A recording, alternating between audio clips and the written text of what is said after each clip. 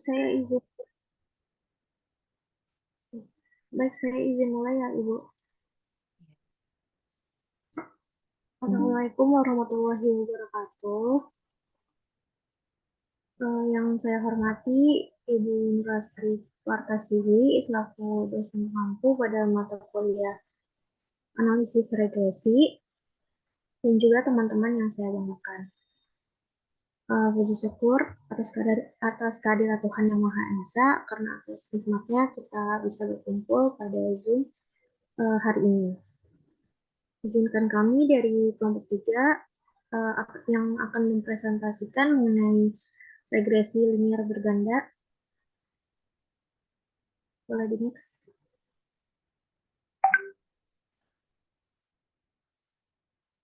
Nah, sebelumnya anggota dari kelompok kami berjumlah 6, yaitu yang pertama ada Arifa Ismalia dengan NIM 13016211021. Lalu yang kedua ada Dea Permatasari dengan NIM 13016211032. Yang ketiga ada saya sendiri, yaitu Nurul Fatia dengan NIM 13016211047. Lalu ada Fitri Handayani dengan NIM 202320880042. Lalu ada Safira Nur Hasana dengan NIM 13016211042. Dan yang terakhir ada Yunita Hermania dengan NIM 13016211017. Boleh di next.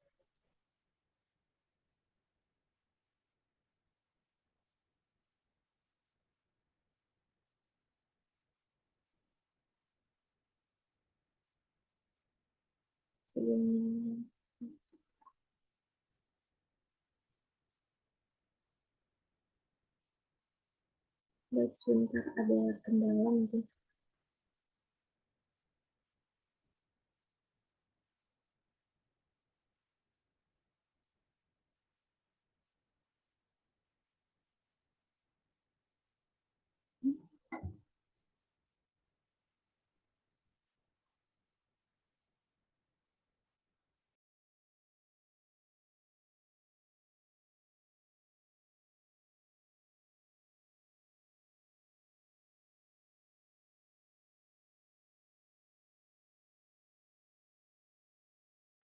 Oke, baik. Adapun topik yang akan kami bahas di PowerPoint ini, diantaranya ada yang pertama deskripsi data dan model, lalu ada model regresi linier berganda, lalu ada koefisien determinasi, korelasi berganda dan parsial, lalu pendugaan parameter, lalu ada sifat-sifat penduga kuadrat terkecil, dan terakhir ada contoh dan latihan soalnya. Oke, baik, kita beralih ke topik yang pertama, yaitu deskripsi data dan model. Dan juga nanti ada model regresi linier berganda dengan memakai rumus yang biasa itu akan disampaikan oleh Yuyun.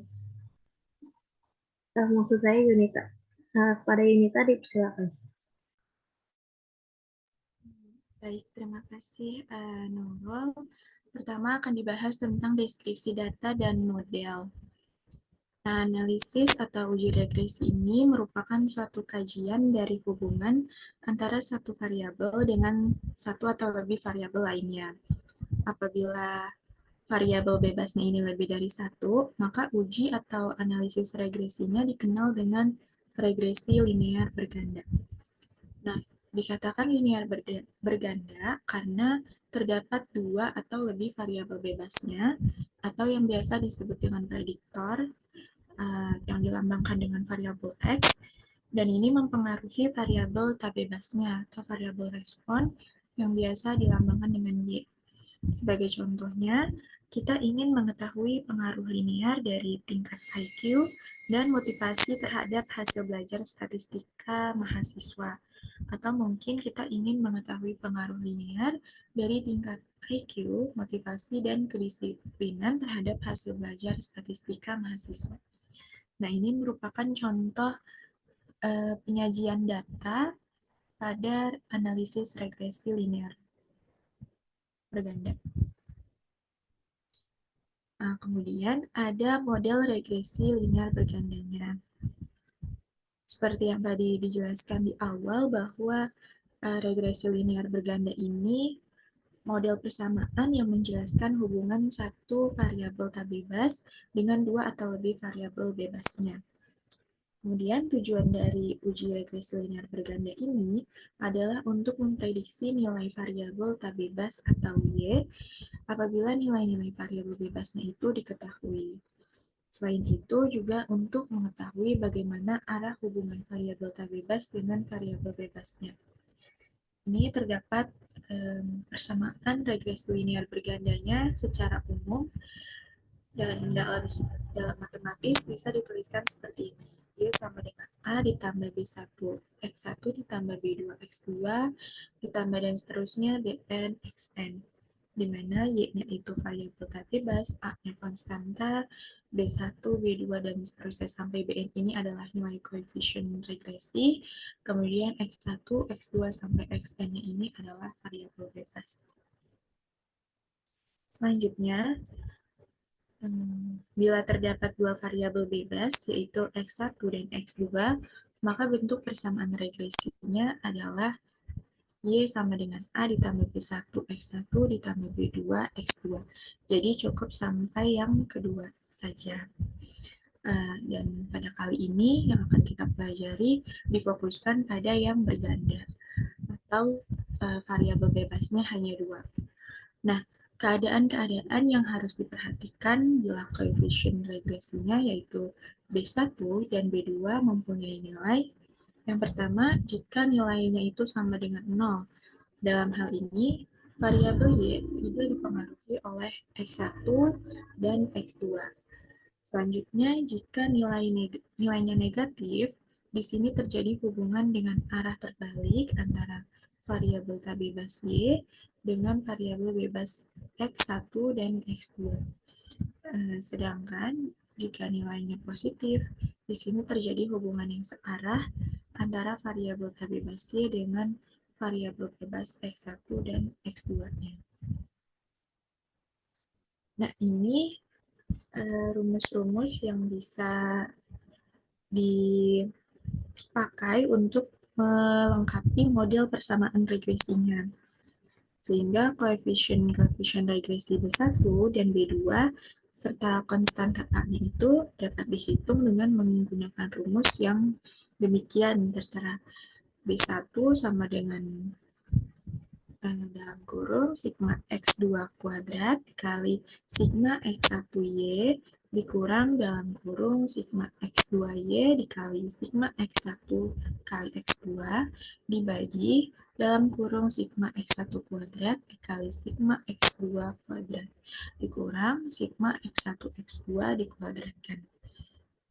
Kemudian yang B2-nya rumusnya hampir sama dengan yang B1, hanya saja di bagian pembilangnya ini ada perubahan, yaitu sama dengan sigma X1 kuadrat dikali sigma X2Y dikurang dalam kurung sigma X1Y dikali sigma X1 X2 dibagi dalam kurung sigma X1 kuadrat dikali sigma X2 kuadrat dikurang sigma X1, X2 dikuadratkan.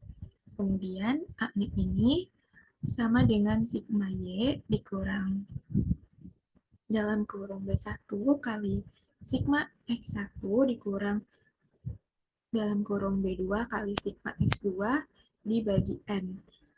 Nah, perhatikan di sini bahwa ada X kecil dan X besar. X yang variabel besarnya itu adalah nilai-nilai dari data yang diperoleh pada hasil penelitiannya, sedangkan yang variabel kecil-kecilnya itu hasil olahan datanya gitu. Nah, kalau untuk N-nya adalah banyaknya sampel penelitiannya gitu. Kemudian, nah ini penjelasannya dari mana kita dapat variabel-variabel yang kecilnya itu tadi yang kita gunakan di rumus ini untuk mencari B1 B2-nya, yaitu sigma X1 kuadrat sama dengan sigma X1 kuadrat dikurang dalam kurung sigma X1 dikuadratkan dibagi N. Kemudian sigma X2 kuadrat sama dengan sigma X2 kuadrat dikurang dalam kurung sigma X2 kuadrat dibagi N. Selanjutnya sigma Y kuadrat sama dengan sigma Y kuadrat dikurang sigma Y dikuadratkan dibagi N. Kemudian sigma X1Y sama dengan sigma X1Y1 dikurang sigma X1 dikali sigma Y dibagi N. Sigma X2Y sama dengan sigma X2Y dikurang sigma X2 dikali sigma Y dibagi N. Dan terakhir sigma X1 X2 sama dengan sigma X1 dikali X2 dikurang sigma X1 dikali sigma X2 dibagi N. Nah, ini juga bisa dilihat bahwa untuk mencari variabel-variabel kecilnya ini menggunakan data-data dari yang hasil penelitiannya itu. Nah, untuk selanjutnya akan dijelaskan oleh Arifah. Baik, untuk selanjutnya itu ada metode alternatif. Itu metode kuadrat terkecil menggunakan matriks. Nah, metode ini dapat digunakan untuk menentukan nilai A, B1, dan B2. Metode ini dilakukan dengan cara membuat dan menyusun suatu persamaan sebagai berikut. Untuk persamaan pertama, AN ditambah B1 sigma X1 ditambah B2 sigma X2 sama dengan sigma Y. Persamaan kedua, A sigma X1 ditambah B1 sigma X1 kuadrat ditambah B2 sigma X1 X2 sama dengan sigma X1Y. Untuk persamaan yang ketiga, A sigma X2 ditambah B1 sigma X1 X2 ditambah B2 sigma X2 kuadrat sama dengan sigma X2Y. Nah, kemudian persamaan-persamaan tersebut ini untuk yang N dan sigmanya ini diubah menjadi posisinya pada matriks. Jadi untuk persamaan pertama itu diubah menjadi M11A ditambah M12B1 ditambah M13B2 sama dengan H1. Untuk persamaan yang kedua diubah menjadi M21A ditambah M22B1 ditambah M23B2 sama dengan H2. Dan untuk yang persamaan ketiga menjadi M31A ditambah M32B1 ditambah M33B2 sama dengan H3. Nah, kemudian persamaan-persamaan ini itu disusun dalam bentuk matriks, itu menjadi matriks N sigma X1, sigma X2, sigma X1, sigma X1 kuadrat, sigma X1, X2, sigma X2, sigma X1, X2, sigma X2 kuadrat, dikali matriks A, B1, B2, sama dengan matriks sigma Y, sigma X1Y, sigma X2Y. Nah, kemudian yang N dan sigmanya ini sama seperti persamaan tadi, kita ubah sehingga menjadi matriks M11, M12, M13, M21, M22, M23, M13, M23, B2 sama dengan matriks H1, H2, H3.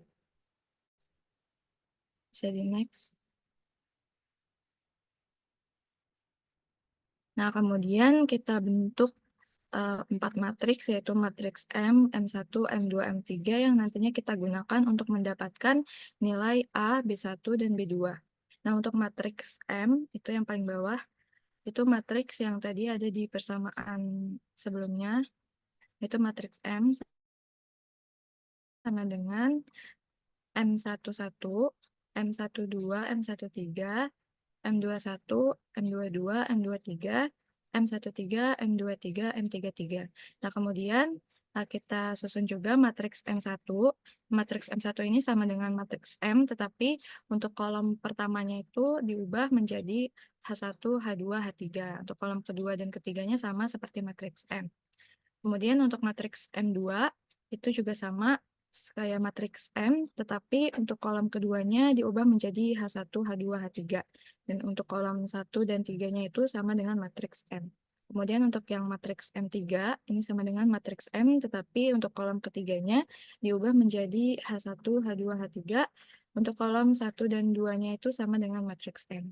Nah, kemudian matriks-matriks ini kita gunakan untuk mendapatkan nilai A, B1, dan B2. Nilai A itu sama dengan determinan matriks M1 dibagi determinan matriks M. Nilai B1 sama dengan determinan matriks M2 dibagi determinan matriks M. Dan nilai B2 sama dengan determinan matriks M3 dibagi dengan determinan matriks M. Bisa di next. Untuk selanjutnya, saya kembalikan kepada moderator. Baik, terima kasih Yunita dan Arifah. Selanjutnya untuk koefisien determinasi, korelasi berganda dan parsial akan dijelaskan oleh Fitri Handayani. Kepada Fitri dipersilakan.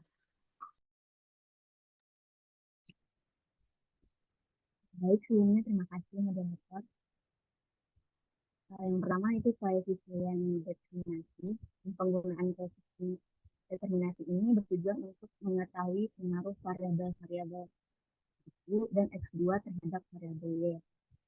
Nah, koefisien determinasi ini dilambangkan dengan R kuadrat. Dengan rumus hitungnya itu R kuadrat sama dengan B1 sigma X1Y ditambah B2 sigma X2Y dibagi dengan sigma Y kuadrat.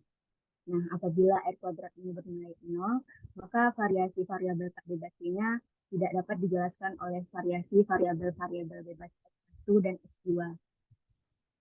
Apabila R2-nya bernilai 1, maka variasi variabel tak bebasnya secara sempurna dapat dijelaskan oleh variasi variabel-variabel bebas X1 dan X2. Boleh di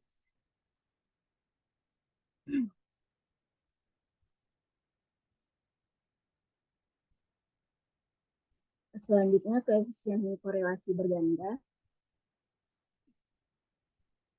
Koefisien korelasi berganda ini digunakan untuk mengetahui seberapa besar korelasi secara simultan antara variabel X1, X2, sampai Xn dengan variabel Y. Nah, untuk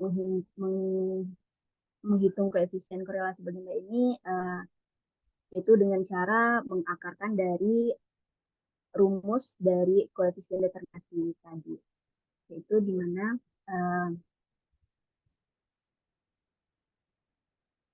akar dari B1 sigma X1Y ditambah B2 sigma X2Y dibagi sigma Y kuadrat. Apabila nilai R mendekati nilai 1 atau minus 1, maka korelasi yang terjadi akan semakin kuat. Sebaliknya, apabila nilai R mendekati 0, maka korelasi yang terjadi akan semakin kuat.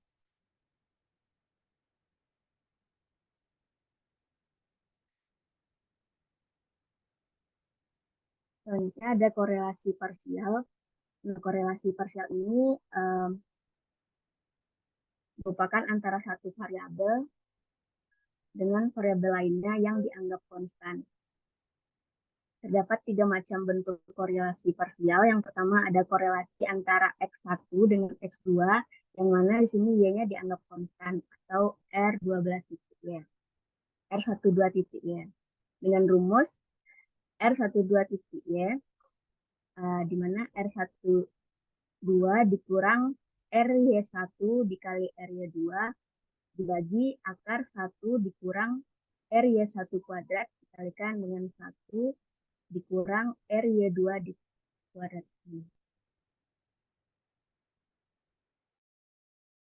Yang kedua, korelasi antara Y dengan X1 yang mana X2 dianggap konstan atau RY1 titik 2. Dengan rumus RY1 dikurang RY2 dikali RY2 dibagi dengan akar 1 dikurang RY2 kuadrat dikalikan 1 dikurang R12 kuadrat. Yang ketiga, korelasi antara Y dengan X2 yang mana X1 dianggap konstan atau RY2.1 dengan rumus RY2 dikurang RY1 dikali R12 dibagi akar 1 dikurang RY1 kuadrat dikalikan 1 kurang R12 kuadrat. Nah, di sini bisa teman-teman lihat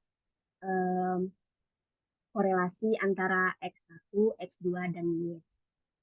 Nah, untuk mencari korelasi parsial ini, kita dapat menggunakan rumus RY1 untuk mencari korelasi untuk fisiknya.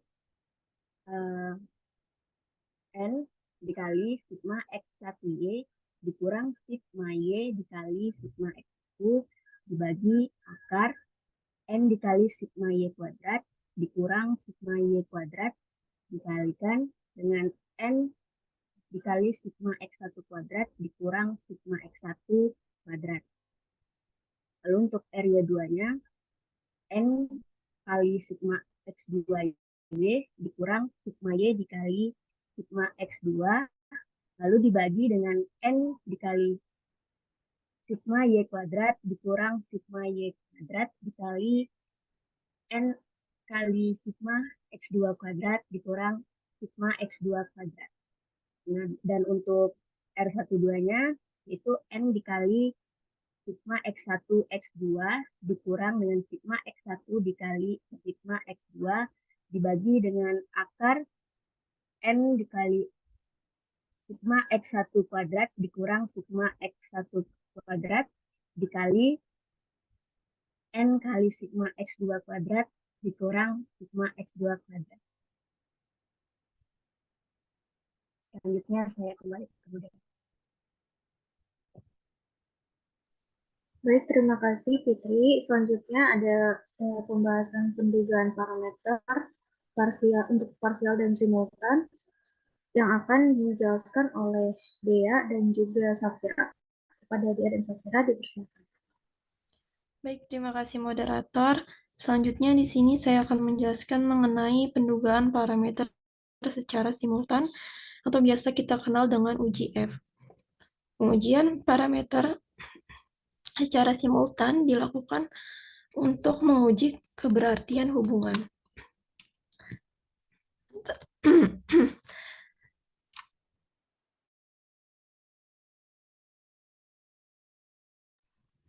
Antara pengubah respon dengan semua pengubah prediktor, serta untuk mengetahui apakah semua parameter dapat menggambarkan data dengan baik. Pengujian ini menggunakan statistik uji F berlandaskan hipotesis H0 beta 1 sama dengan beta 2 sama dengan beta M sama dengan 0. Atau beta J sama dengan 0. Tidak ada pengaruh yang signifikan. Dan juga H1 paling tidak terdapat 1J di mana beta J tidak sama dengan 0. Atau terdapat setidaknya satu pengaruh yang signifikan. Lalu kaidah pengujiannya, apabila F hitung lebih kecil sama dengan dari F tabel, maka H0 diterima dan H1 ditolak. Lalu apabila F hitung lebih besar dari F tabel, maka H0 ditolak dan H1 diterima. Selanjutnya, pengujian ini didasarkan pada tabel analisis ragam model regresi linear berganda berikut. Sumber keragamannya ada regresi, galat, dan juga total. Lalu derajat bebasnya untuk DBR atau derajat bebas regresi itu K. Lalu ada DBG, derajat bebas galat itu N dikurang K dikurang 1. Lalu ada derajat bebas total itu N dikurang 1. Lalu ada jumlah kuadrat regresi atau JKR, rumusnya B1 dikali sigma X1Y ditambah B2 dikali sigma X2Y. Lalu ada jumlah kuadrat galat, rumusnya JKT dikurang JKR. Lalu untuk jumlah kuadrat total atau JKT rumusnya sigma Y kuadrat. Maaf ya. Lalu ada kuadrat. Bentar dulu, ini sebenarnya bukan pendugaan yang ini pengujian. Itu untuk pertemuan keempat ya besok. Yang pendugaan saja. Ini dilewati saja.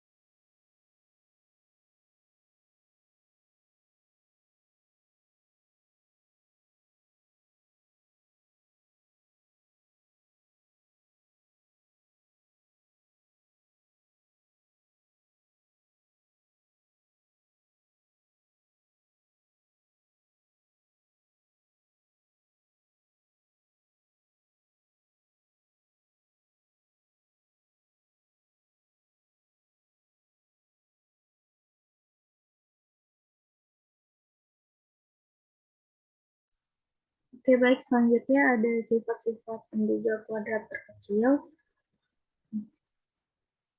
Next. Nah, jadi pada regresi linear itu terdapat asumsi yang melandasi sehingga hasil dari analisis regresinya itu dikatakan valid. Nah, di sini ada asumsi klasik, di mana di sini ada asumsi namanya CLRM, yaitu asumsi classical linear regression model, yang dimana ada 5 asumsi yang harus dipenuhi gitu, biar penduga kuadrat terkecilnya itu bersifat blue atau best linear unbiased estimator. Yang pertama, linear dalam parameter. Artinya parameternya itu harus linear dan berpangkat 1 gitu. Misalnya dalam persamaan Y sama dengan beta 0 ditambah beta 1x. Nah, itu parameter beta 0 dan beta 1-nya itu harus berpangkat 1. Nah, yang kedua, X-nya bersifat fixed in repeated sampling. Jika X lebih dari 1, maka tidak boleh ada relasi kuat antar X, atau nanti bisa terjadi multi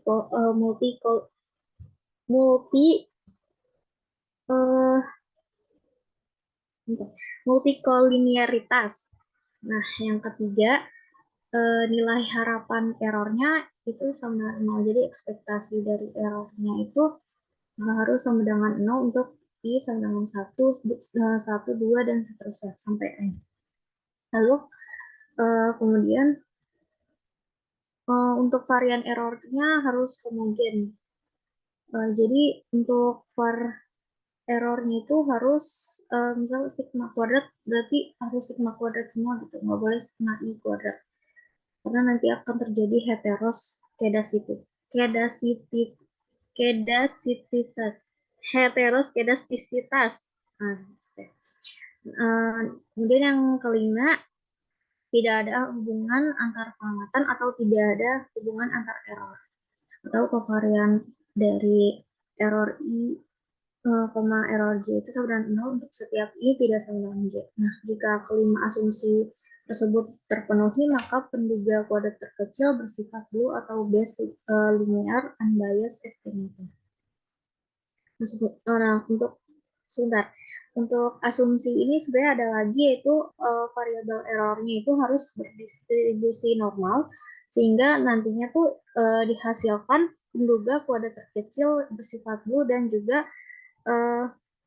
berdistribusi normal gitu, B topiknya atau B hatnya. Misalnya pada uji T itu kita menguji apakah pada H0 itu beta 1-nya itu bernilai 0, dan pada H1-nya apakah beta 1-nya itu tidak sama dengan 0. Tapi sebenarnya dengan kelima asumsi ini aja udah bisa berdistribusi normal gitu, kalau menurut asumsi teorema limit pusat. Oke, boleh di next. Nah, tadi ada disebut blue atau best linear unbiased estimator.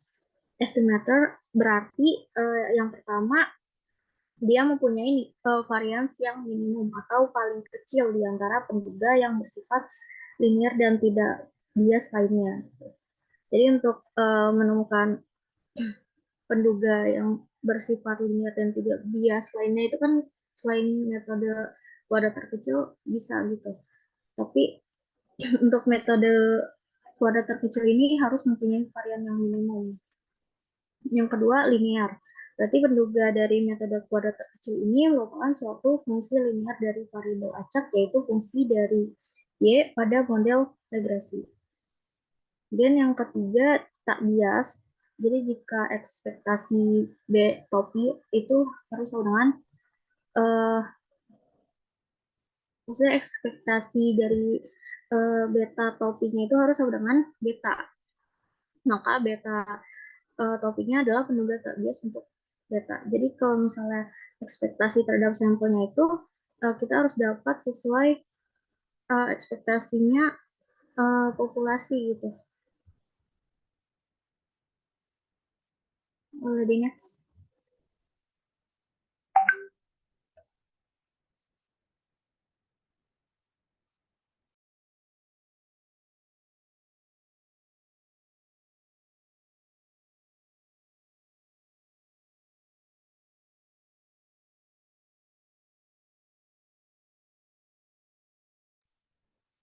Baik, selanjutnya ada contoh soal yang akan disampaikan oleh Rifa dan juga Safira.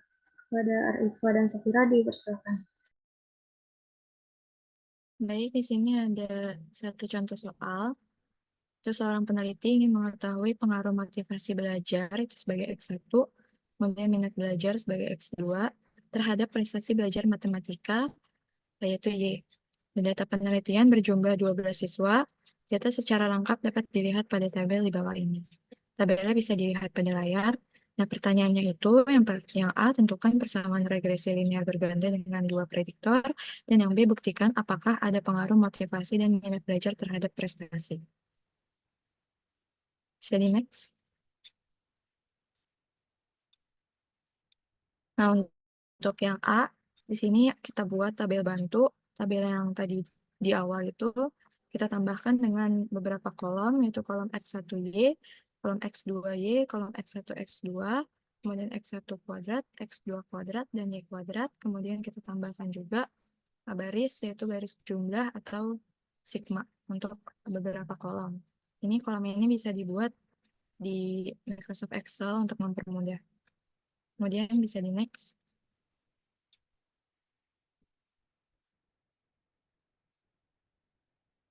Nah, di sini ada rumus-rumusnya, itu udah dijelaskan sebelumnya. Untuk mendapatkan nilai A, B1, dan B2 ini, rumusnya itu sebagai berikut. Nah, dengan begitu kita harus mencari sigma untuk X1, X dan Y yang kecil. Ini kita buat tabel lagi untuk sigma X1 kuadrat, X2 kuadrat, Y kuadrat, X1Y, dan X2Y, dan X1, X2. Ini bisa, rumusnya itu bisa tinggal disubstitusi aja dari tabel bantu yang sudah kita buat sebelumnya. Nah, setelah itu, kita tinggal substitusi ke rumus A, B1, dan B2 untuk mendapatkan nilainya. Kemudian kita dapatkan persamaan regresinya, yaitu Y sama dengan 17,313 ditambah 0,387X1 ditambah 0,507X2. Bisa di next.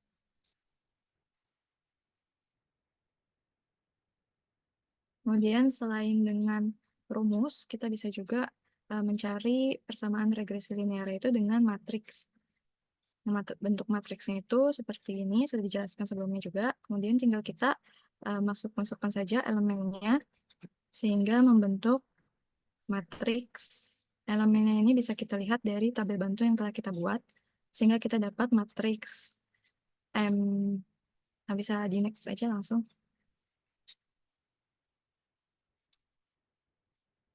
Nah, di sini kita dapat matriks M, yaitu matriks 12, 845, 917, 845, 60.175, 65.110, 917, 65.110, dan 70.715. Nah, kemudian untuk matriks M1 ini, dari matriks M ini kita ubah kolom pertamanya, itu dengan 1.000, 70.950, 76.950. Untuk kolom kedua dan ketiganya sama seperti matriks M. Kemudian untuk matriks M2, yang kita ubah itu kolom keduanya dengan 1.000, 70.950, 76.950, dan kolom pertama dan ketiganya ini sama dengan matriks M. Dan untuk matriks M3, yang kita ubah itu kolom ketiganya. Kolom ketiganya kita ubah menjadi 1.000, 70.950, dan 76.950. Untuk kolom 1 dan 2-nya ini sama dengan matriks M. Nah, kemudian dari matriks-matriks tersebut kita dapat mencari nilai A, B1, dan B2-nya. Untuk nilai A sama dengan determinan matriks M1 dibagi determinan matriks M. Determinannya itu bisa kita cari dengan kalkulator matriks. Determinan matriks bisa di Google untuk mempermudah karena ini angkanya besar-besar. Yang untuk yang A ini sama dengan determinan matriks M1 dibagi determinan matriks M sama dengan 29.486.500 dibagi 1.700.703.000 150 sama dengan 17,313. Nah, dibagi determinan matriks M sama dengan 659.200 dibagi 1.703.150 sama dengan 0,387. Kemudian untuk yang B2 sama dengan determinan matriks M3 dibagi determinan matriks M sama dengan 864.000 dibagi 1.700.350 sama dengan 0,507. Sehingga kita dapat persamaan regresi linear bergandanya itu ya topi sama dengan 17,313 ditambah 0,387x1 ditambah 0,507x2. Ini hasilnya sama seperti yang didapatkan dengan menggunakan rumus. Baik, untuk selanjutnya saya serahkan kepada Safira. Baik, terima kasih Arifah. Di sini saya sedikit menjelaskan mengenai yang contoh soal yang B, yaitu soalnya buktikan apakah ada pengaruh motivasi dan minat belajar terhadap prestasi belajar. Dan di sini kita buat hipotesis dulu, yaitu hipotesis 0, beta sama dengan 0. Artinya tidak ada pengaruh minat belajar terhadap prestasi belajar. Untuk H1-nya itu beta tidak sama dengan 0, ada pengaruh minat belajar terhadap prestasi belajar. Dengan cara signifikasinya atau alfanya itu sebesar 5%.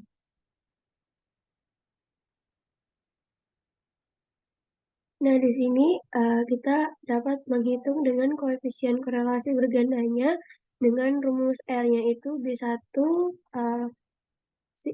sum dari X1 kali Y ditambah B2 sum dari X2 dikali Y terus dibagi dengan jumlah dari Y kuadrat. Nanti kita masukkan nilai-nilainya yang didapat di sebelumnya di jawaban yang A, nanti akan mendapatkan hasilnya itu 0,889564. Nah, selanjutnya kita menghitung F hitungnya dengan rumusnya itu R kuadrat dikali dengan N dikurang K dikurangi 1 dibagi dengan K jumlah dikali dengan jumlah dari 1 dikurangi R kuadrat. Nanti sama, tinggal kita substitusi aja. Nanti akan dapat hasilnya itu untuk F hitungnya 17, 0,64, 46, 34. Nah, dengan taraf signifikasi sebesar 0,0% dan tadi DF pembilangnya itu sebesar K sama dengan 2 dan DF menyebutnya juga vertikal dikurang K dikurang 1 sama dengan 9, maka kita akan mendapat bahwa F tabela itu sebesar 4,26. Kita tahu juga kalau misal boleh dilanjut.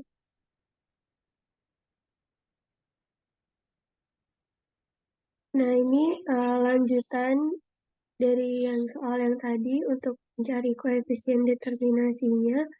Kita dapat menggunakan rumus yaitu KP sama dengan L dikali Y 12 kuadrat dikali 100%. Nanti hasilnya untuk KP-nya itu 71,55%. Terus ada F hitungnya juga, hasilnya nanti 11,316. Mulai di next. Nah, di sini Nah, untuk sebentar. Ini cukup dulu sampai di sini. Jadi untuk korelasi itu hanya sampai R gitu. Jadi nanti untuk uji F tabel atau pengujian hipotesisnya nanti untuk kelompok 4 ya. Gitu. Ya, dicukupkan dulu ya. Sudah selesai. Oke, baik Ibu. Terima kasih. Saya kembalikan ke moderator.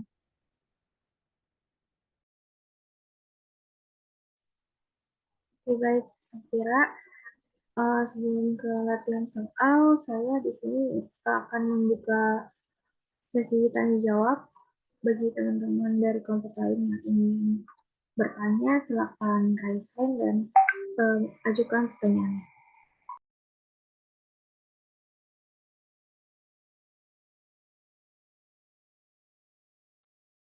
Nurul sambil mengajukan pertanyaan dari kelompok lain, boleh latihan soal sekalian ya. Oke, baik Ibu. Baik, teman-teman, ini ada latihan soal bisa dicoba sambil kita menunggu apabila ada pertanyaan gitu dari kelompok lain. Terima kasih.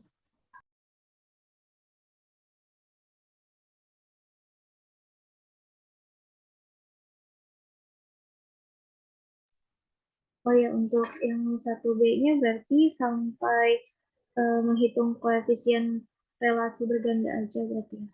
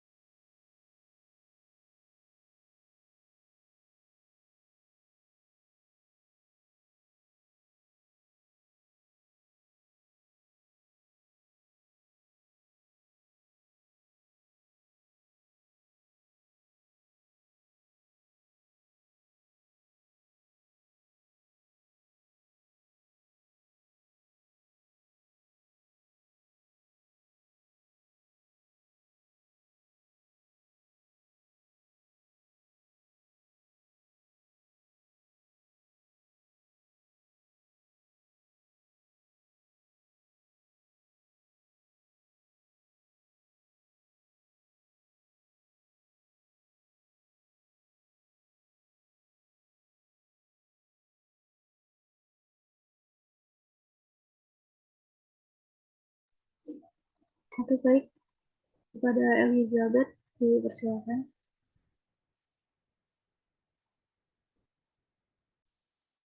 Baik, terima kasih. Izin bertanya untuk kelompok 3 dengan materi analisis regresi linear berganda. Di sini kelebihan dan kekurangan dari regresi linear berganda itu apa aja ya? Ini dari kelompok 5. Terima kasih. Oke, baik. Terima kasih untuk Lina. Oke, selanjutnya ada Sri Dewi Raspati. Dipersilakan.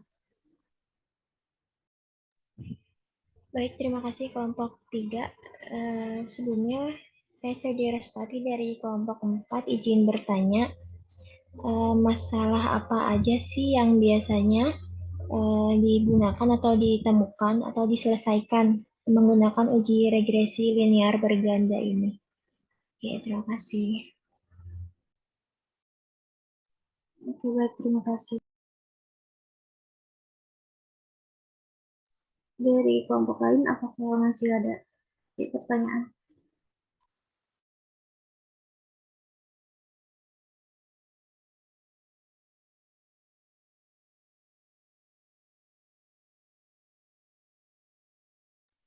Baik, untuk Fitriani, dipersilakan. Oke, baik. Terima kasih Nurul. Di sini saya izin bertanya sebagai perwakilan kelompok 1, kenapa ada banyak jenis koefisien pada regresi linear berganda? Itu pertanyaannya. Sekian, terima kasih. Baik, terima kasih Fitriani.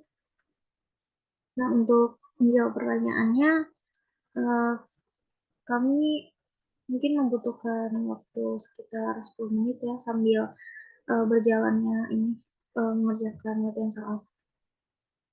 Terima kasih.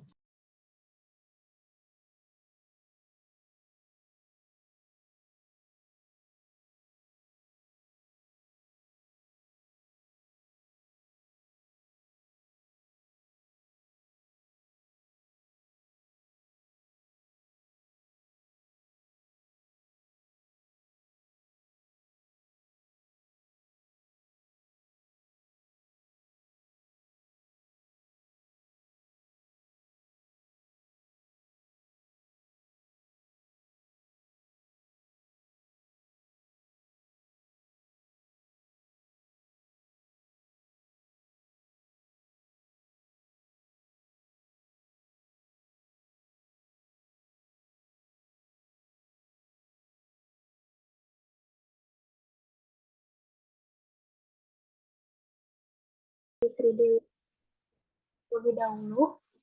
Jadi tadi Dewi bertanya masalah apa yang biasanya ditemukan dari uji regresi linear berganda ini. Gitu. Nah, jadi masalah yang biasa muncul dalam pengujian regresi linear berganda ini adalah adanya multikolinearitas gitu. Nah, jadi dalam pengujian regresi linear itu kan tadi salah satu asumsinya itu tidak boleh ada korelasi yang kuat antar X. Artinya tidak boleh ada multikolinearitas. Nah, multikolinearitas sendiri itu merupakan keadaan di mana terdapat interkorelasi atau korelasi kuat antar variabel bebas atau X pada suatu model regresi. Nah, apabila terjadi multikolinearitas ini, maka bisa terjadi beberapa konsekuensi gitu, diantaranya yang pertama penduganya atau estimatornya itu tetap bersifat blue, tapi varians dari estimator itu jadi besar sehingga errornya juga makin besar. Nah, hal ini menjadi tidak efisien gitu karena variansnya tidak minimum sehingga kita sulit mendapatkan estimasi yang tepat. Nah, yang kedua, karena standar error estimasi besar gitu, maka interval estimasi itu semakin lebar, jadi bentuknya nanti semakin landai, sehingga kita cenderung tidak menolak H0, yang mana X-nya itu tidak signifikan. Nah, yang ketiga, R-square-nya atau koefisien determinasinya itu tetap besar, tetapi hasil uji T-nya itu tidak signifikan. Nah, ini berkebalikan gitu. Nah, yang keempat, karena estimatornya tetap bersifat blue, sebenarnya kita boleh tidak melakukan apapun jika ada multikolinearitas ini, tapi tadi sulit didapatkan estimasi yang tepat.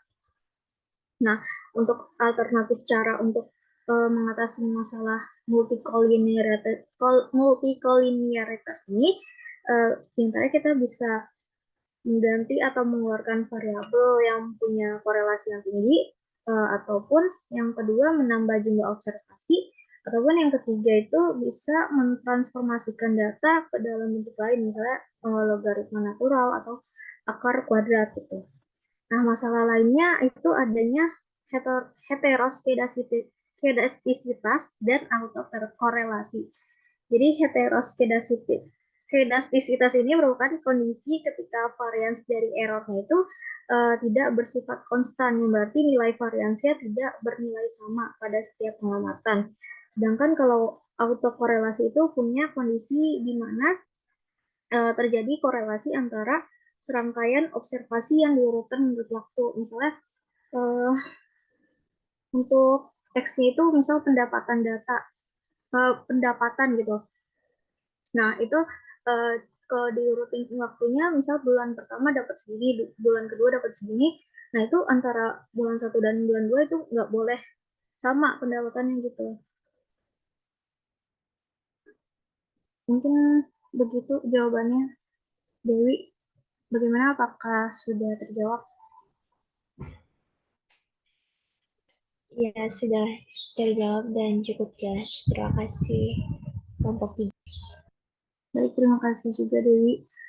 Untuk teman-teman kelompok 3, apabila ingin menjawab pertanyaan dari yang sudah bertanya, dipersilakan ya.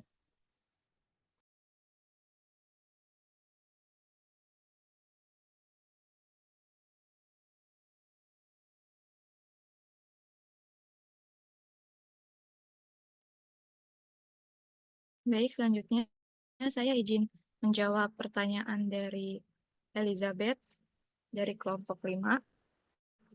Itu pertanyaannya, apa kelebihan dan kekurangan regresi linear berganda? Nah, untuk kelebihan regresi linear berganda itu yang pertama, mampu untuk memodelkan hubungan yang kompleks. Kemudian yang kedua, menggunakan beberapa variabel independen atau variabel bebas, sehingga regresi linear berganda dapat memberikan gambaran yang lebih komprehensif tentang hubungan antara variabel dependen dan independen. Yang ketiga, akurasinya tinggi. Dan yang keempat, mudah diterapkan, terutama dengan menggunakan perangkat lunak seperti Microsoft Excel. Nah, untuk kekurangannya itu yang pertama, regresi linear berganda mensyaratkan terpenuhinya asumsi tertentu seperti linearitas dan independensi kesalahan. Nah, jika asumsi-asumsi ini tidak dipenuhi, maka hasil regresinya mungkin bisa menyesatkan. Kemudian yang kedua, kemampuan terbatas untuk menangani data yang hilang. Regresi linear berganda ini sensitif terhadap data yang hilang dan dapat memberikan hasil yang tidak dapat diandalkan ketika data tersebut hilang. Dan kekurangan yang ketiga yaitu overfitting. Overfitting dapat terjadi ketika model menyertakan terlalu banyak variabel independen sehingga menghasilkan prediksi yang terlalu rumit dan tidak dapat diandalkan. Kemudian kekurangan yang keempat, uninterpretable result. Jadi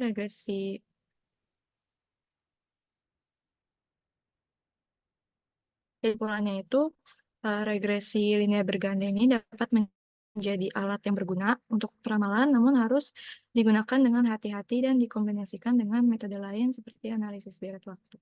Nah, pilihan metode bergantung pada masalah dan data spesifik, dan penting untuk mengevaluasi dengan cermat kelebihan dan kekurangan masing-masing pendekatan. Jadi seperti itu kelebihan dan kekurangan regresi linear berganda. Apakah dapat menjawab, Elizabeth? Sudah dapat menjawab. Terima kasih Arifa dan kelompok 3.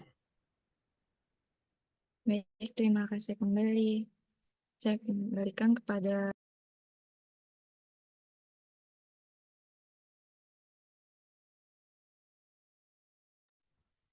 Baik, saya izin menjawab pertanyaan selanjutnya dari Fitri kelompok 1. Tadi itu pertanyaannya adalah kenapa ada banyak jenis koefisien pada regresi linear berganda. Mungkin tadi kan di PPT disebutkan ada koefisien determinasi, koefisien korelasi berganda gitu ya. Jadi secara garis besarnya hal ini dikarenakan pada regresi linear berganda itu melibatkan lebih dari satu variabel independen yang mempengaruhi variabel terikatnya, sehingga juga menghasilkan banyak koefisien. Nah, setiap variabel independen ini memiliki koefisien sendiri dalam persamaan regresi. Kemudian, karena tadi regresi linear berganda ini melibatkan lebih dari satu variabel, hal ini menyebabkan perhitungan dalam regresi linear bergandanya itu juga lebih kompleks. Selanjutnya, hal ini juga dikarenakan mempertimbangkan adanya interaksi antara variabel independen itu. Nah, jadi seperti itu, Fitri, apakah bisa dipahami? Iya, Yunita, bisa dipahami. Sudah cukup jelas. Terima kasih atas jawabannya. Terima kasih kembali.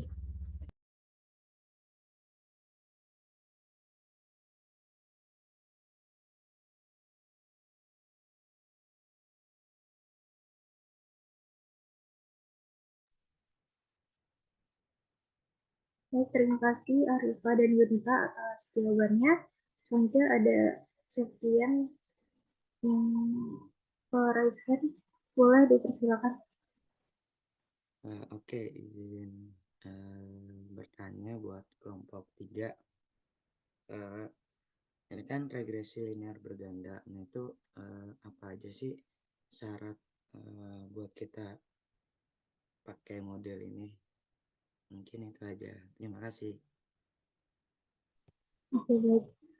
Terima kasih Septian. Nah, mungkin dari kelompok 3 yang sudah memiliki jawabannya boleh langsung dijawab aja ya.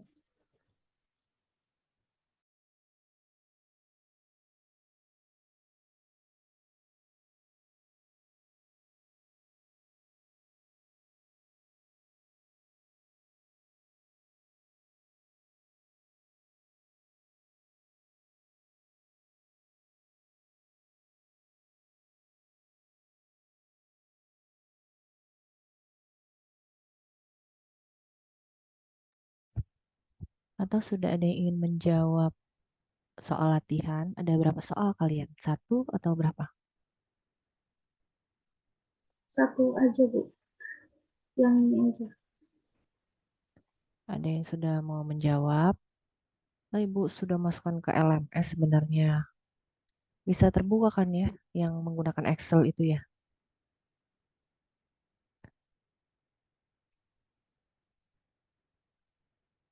Apa agar lebih mudah mengerjakannya dengan Excel?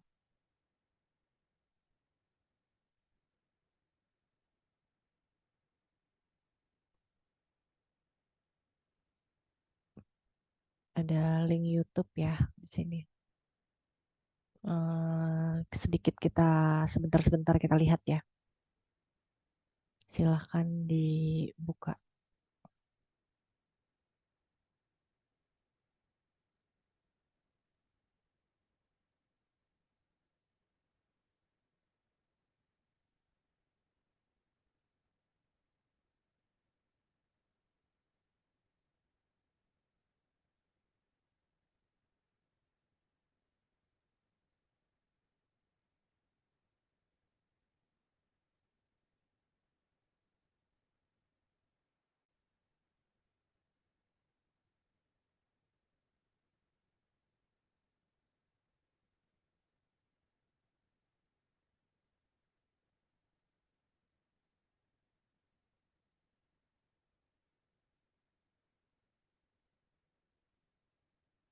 Ini manis buahnya pas, ngenyangin. Mau snack, snackin aja. Assalamualaikum warahmatullahi wabarakatuh. Pada kesempatan ini saya akan membahas tentang regresi linear berganda. Nah, analisis regresi linear berganda itu adalah hubungan secara linear antara dua atau lebih variabel independen yaitu X1, X2 sampai Langsung ke contohnya.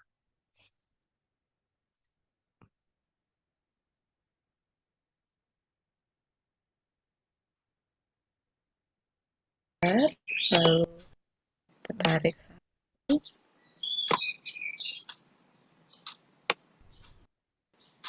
Oke, ini adalah sigmanya ya. Sigmanya sudah kita cari. Maka kita bisa mencari sigma dari X dan Y yang kecil.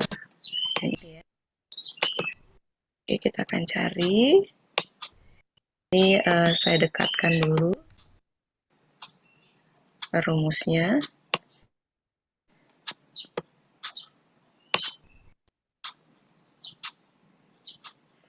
Oke, nilai N. Nilai N itu kita cari dulu ya, ini sudah saya ketik. Nilai N itu sama aja dengan count, N itu adalah jumlah data. Blok X1-nya saja, atau kita bisa blok X2-nya saja, atau Y-nya, sama aja. Lalu kita akan mencari nilai X1 kuadrat yang kecil. Nilai dari sigma X1 kuadrat yang kecil itu sama aja dengan sigma X1 kuadrat yang besar. X1 kuadrat yang besar yang ini ya.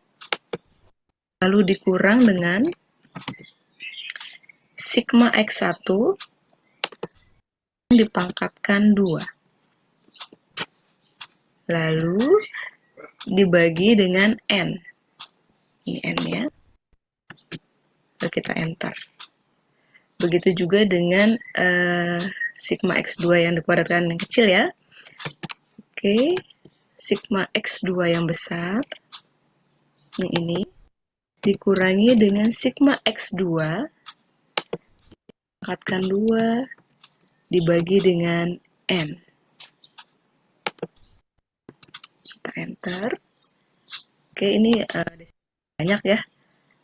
Jadi, nggak apa-apa, 2 desimal aja juga nggak apa-apa.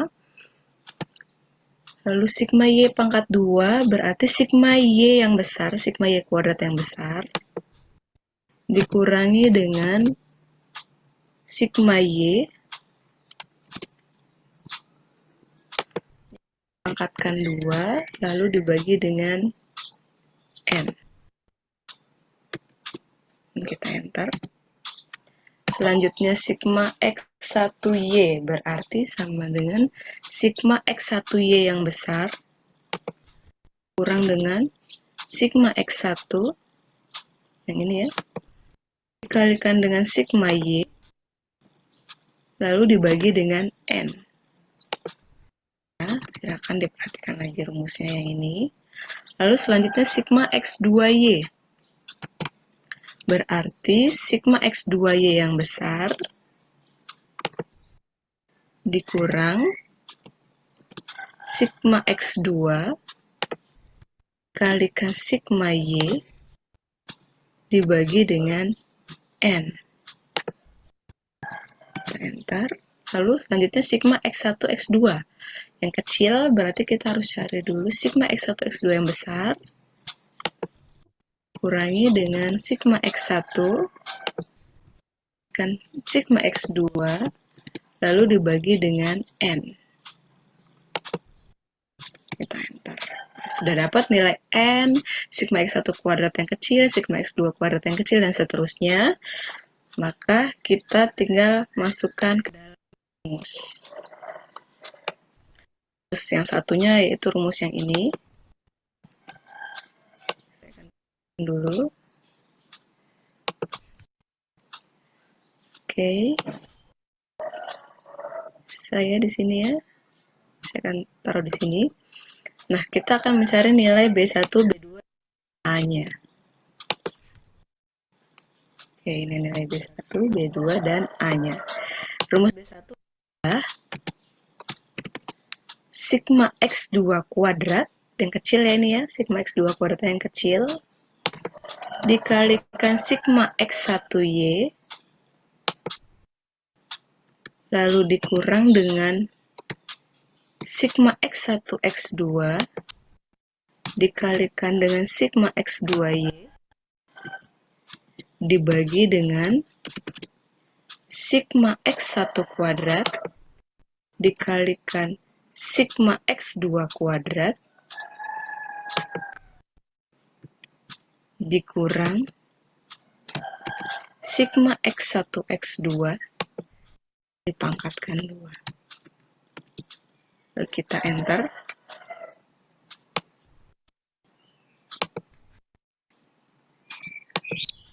Ya, kita bisa besarkan. Nah, ini ya. Selanjutnya kita mau cari nilai B2.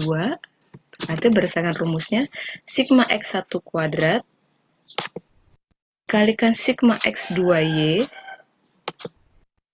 dikurang dengan sigma X1, X2 dikalikan sigma X1Y dibagi dengan sigma X1 kuadrat dikali sigma X2 kuadrat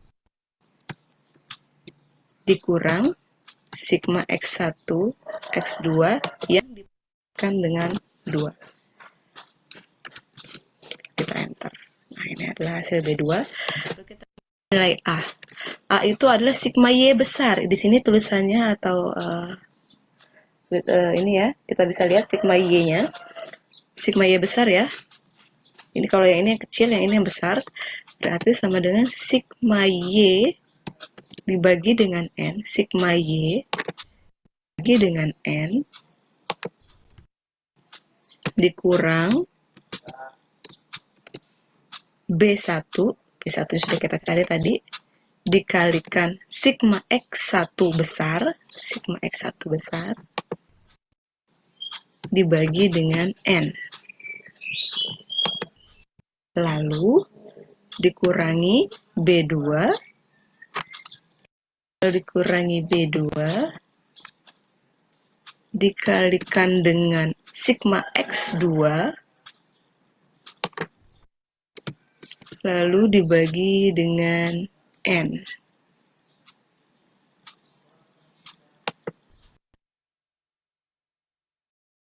Here's how I made myself control my world using Adobe Premiere Pro. First thing I did was film 2 plates, one of myself doing the actions and one of the man.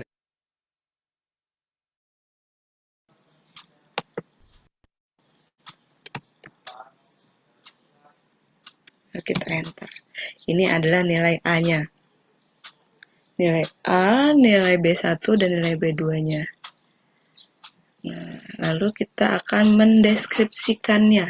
Sebelumnya kita sudah pernah mendeskripsikan atau menginterpretasikan nilai A, B1, dan B2 di video saya sebelumnya.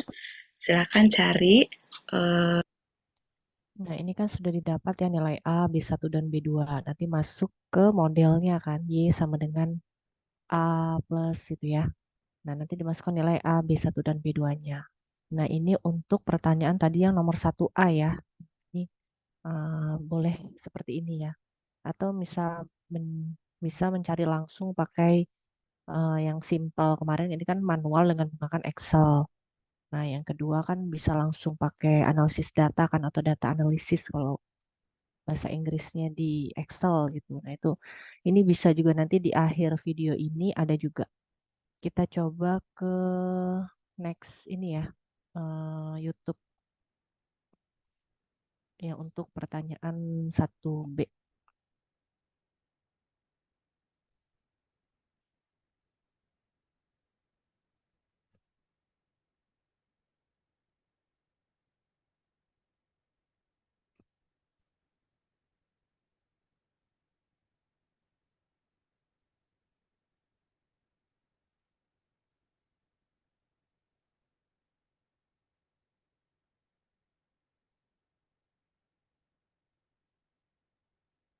Nah, ini masih contoh yang sama ya dengan tadi.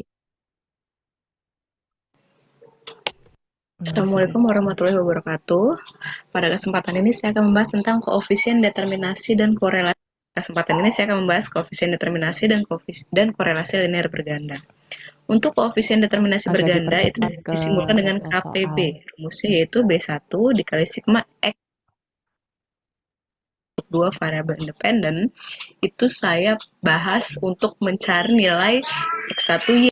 Bagaimana cara mencarinya? Silakan tonton videonya di rumus KPB-nya yaitu adalah dengan ini bahasa B1 ya, KPB. Kita sudah dapat ini kalau kita panjangin ini 0,5 sekian ya.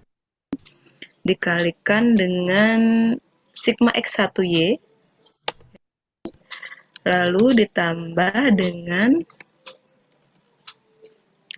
B2 kan dengan sigma X2Y dibagi dengan sigma Y kuadrat yang kecil. Kita enter. Nah, ini adalah nilai dari koefisien determinasi bergandanya. Sedangkan untuk nilai koefisien korelasi bergandanya, itu sama aja dengan akar.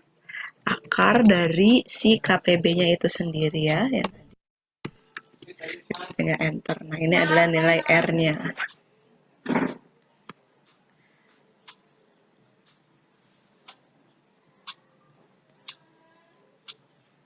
Nah, di sini nilai R-nya bisa kita interpretasikan ya, bahwa si nilai R itu artinya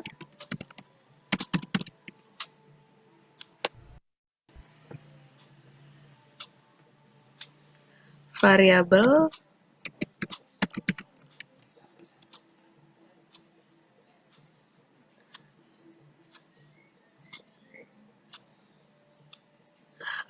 apa tadi di situ? Ada variabel pengaruh makanan dan variabel panjang ikan.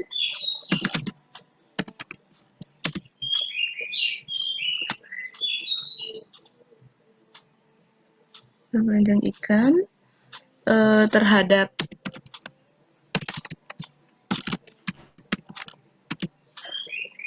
berat ikan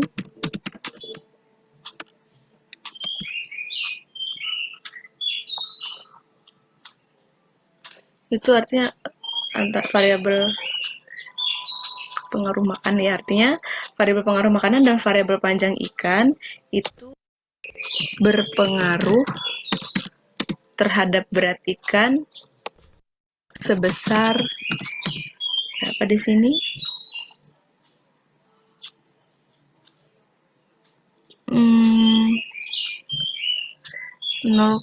Di sini R, nilai R-nya ya. R-nya di sini 0,59.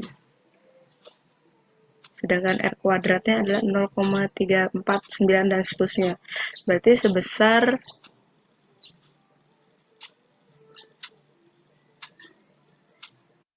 Oke, di sini koefisien determinasi itu seperti pembahasan sebelumnya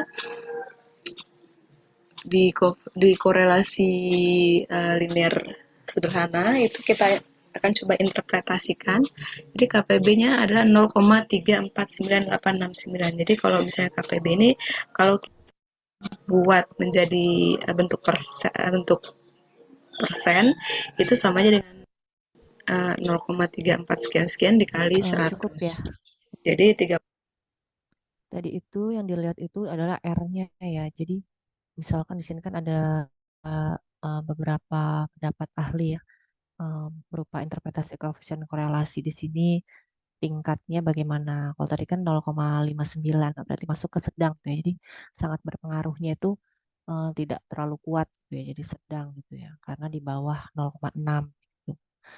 Nah, sampai di situ dulu dicukupkan videonya.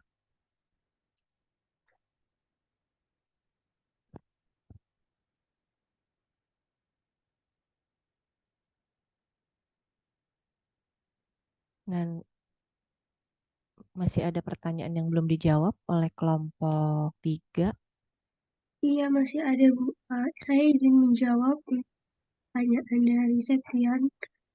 Perwakilan kelompok nomor 2, pertanyaannya itu, apa aja sih syarat untuk regresi linear berganda? Kita kan tahu ya kalau regresi linear berganda itu merupakan model regresi yang melibatkan lebih dari satu variabel. Dan analisis regresi linear berganda dilakukan untuk mengetahui arah dan seberapa besar pengaruh variabel independen dan terhadap variabel dependennya. Jadi untuk syaratnya itu, yang pertama, error atau residual I-nya itu berdistribusi dengan normal. Terus tidak terdapat multikolinearitas dan tidak terjadi heteroskedastisitas dan tidak terjadi autokorelasi. Seperti itu, apakah sudah jelas, Septian? Sudah jelas. Terima kasih atas jawabannya.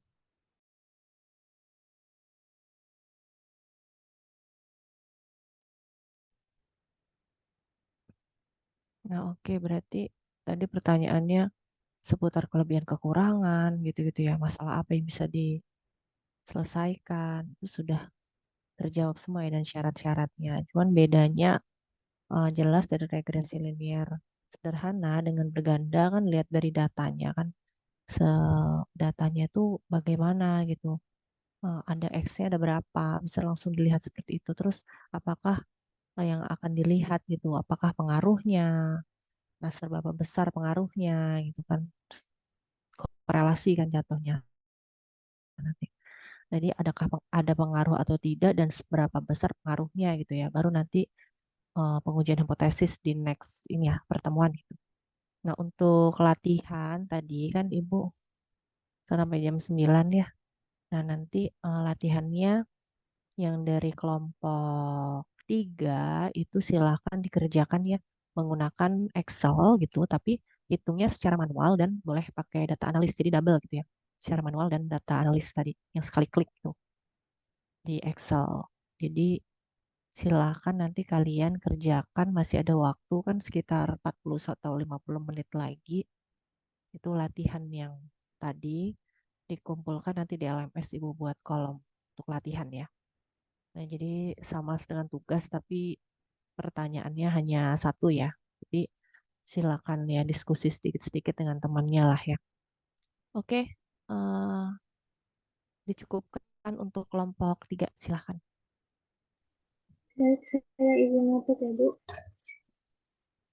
Demikian presentasi yang bisa kami sampaikan. Sebelumnya saya sebagai perwakilan dari kelompok 3 mohon maaf yang sebesar-besarnya apabila dalam penyampaian tadi mungkin ada kesalahan kata atau beberapa pernyataan yang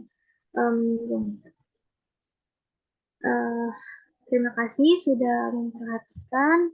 Kurang lebih mohon maaf. Wassalamualaikum warahmatullahi wabarakatuh. Waalaikumsalam warahmatullahi wabarakatuh.